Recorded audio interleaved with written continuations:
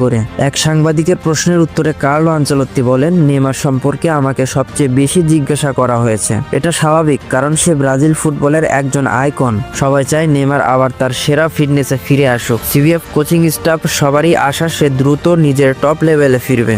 এছাড়া সেই রিপোর্টার আরেকবার আনচেলত্তিকে জিজ্ঞেস করেন, আমরা কি নেইমারকে বিশ্বকাপে দেখতে পাবো? কি মনে হয় আপনার? সেই প্রশ্নের জবাবে কার্লো আনচেলত্তি বলেন, অবশ্যই। সত্যি বলতে বর্তমান ফুটবলে অনেক কিছুর প্রয়োজন হয়, শুধু প্রতিভা থাকলেই নয়, বিশেষ করে শারীরিক সুস্থতা এবং উচ্চ তীব্রতার সাথে খেলা। আমরা আশা করছি নেইমার যখন তার ফুল ফিটনেসে ফিরবে তখন সে দলের সেরাটা দিতে পারবে। এছাড়াও নেইমার যে কার্লো আনচেলত্তির পরিকল্পনায় ভালোভাবেই আছেন সেটা বোঝা যায় তার কথায়। ইতিমধ্যে কার্লো ভেবেছেন নেইমার যখন দলে ফিরবে তখন কোন পজিশন থেকে সে দলকে সাহায্য করবে। এ ব্যাপারে কার্লো আনচেলত্তি জানান, আমি মনে করি নেইমারকে আরো কেন্দ্রীয় পজিশনে খেলানো উচিত, কারণ আধুনিক ফুটবলে উইঙ্গারদের শুধু আক্রমণ নয়, রক্ষণেও কাজ করতে